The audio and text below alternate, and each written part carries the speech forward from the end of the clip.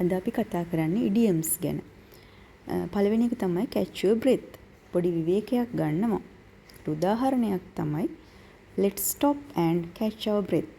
අපි නවත්තලා පොඩි විවේකයක් ගනිමු. දෙවෙනි එක තමයි walk on eggshells. කෙනෙක් කේන්ති ගණීවියයි බියෙන් පරිස්සමට හැසිරෙනවා. උදාහරණයක් විදිහට I have to walk on eggshells around him. මට එයා ළඟ ගොඩක් පරිස්සමට ඉන්න සිද්ධ වෙනවා. එයා කේන්තියයි කියලා. තුන්වෙනි එක තමයි take a back seat. ප්‍රධාන භූමිකාවෙන් ඉවත් වෙනවා.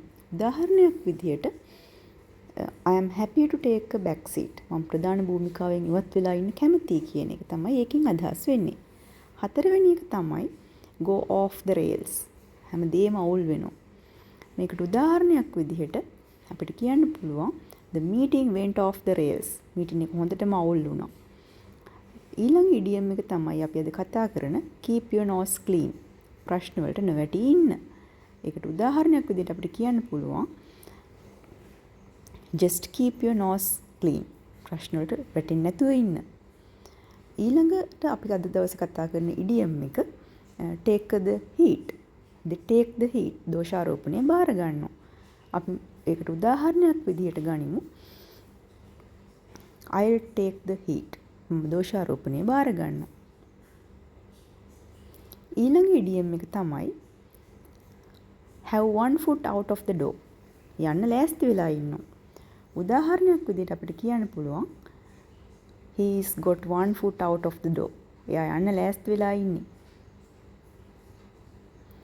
ඊළඟ ඉඩියම් එක තමයි throw your weight around. බලය පෙන්නලා අනිත් අය පාලනය කරන්න උත්සාහ කරනවා. ඒකට උදාහරණයක් විදිහට කියන්න පුළුවන් don't throw your weight around. බලය පෙන්නලා අනිත් අය පාලනය කරන්න එපා.